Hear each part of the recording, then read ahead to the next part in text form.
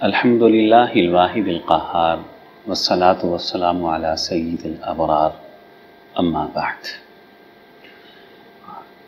علی بن ابی طالب رضی اللہ تعالیٰ عنہ، اللہ تعالیٰ نے ان کو جو عظمت دی ہے، جو فضیلت دی ہے، جو شان اور جو شوکت عطا فرمائی ہے، وہ اس وجہ سے نہیں کہ ان کا نبی علیہ الصلاۃ والسلام سے کوئی رشتہ تھا، کوئی تعلق تھا، بلکہ اس وجہ سے کہ علی ابن ابی طالب وہ ہیں کہ جن کا نبی علیہ الصلاۃ والسلام کے ساتھ اگر رشتہ تھا تو توحید کا رشتہ تھا، عقیدے کا رشتہ تھا، عمل کا رشتہ تھا، اتباع کا رشتہ تھا۔ اور یاد رکھیے گا، جب آپ کسی سے محبت کا دعویٰ کرتے ہیں تو اس وقت تک آپ کا یہ دعویٰ قابل قبول نہیں ہے جب تک آپ کا عمل اس کے ساتھ میچ نہ کرتا ہو، آپ کی فکر اس کے ساتھ میچ نہ کرتی ہو، آپ کا نظریہ ان کے ساتھ میچ نہ کرتا ہو، آپ کا کردار اس کے ساتھ میچ نہ کرتا ہو۔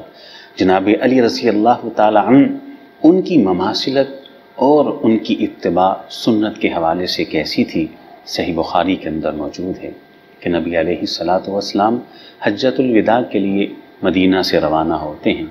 علی مدینہ کے اندر نہ تھے رضی اللہ تعالی عنہ، یمن سے واپس پلٹے، اطلاع ملی کہ اللہ کے رسول تو حج کے لیے روانہ ہو چکے ہیں، احرام باندھا اور اللہ کے رسول علیہ الصلاۃ والسلام سے جا ملے۔ آپ نے پوچھا، علی کس نیت سے احرام باندھا ہے؟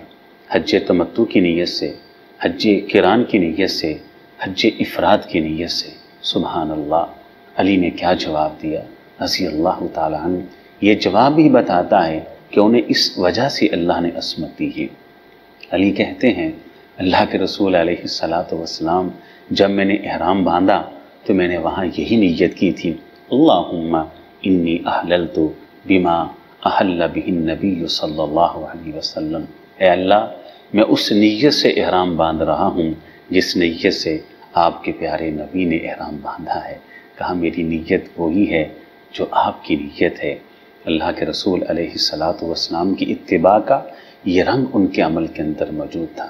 اگر واقعتاً ہمیں علی رضی اللہ تعالی عنہ سے سچی محبت ہے تو اپنے عمل کے اندر، اپنے کردار کے اندر اتباع کی اس خوشبو کو پیدا کرے، اس عطر کو پیدا کرے، اور کردار کا یہ حسن ہمارے اندر ہونا چاہیے۔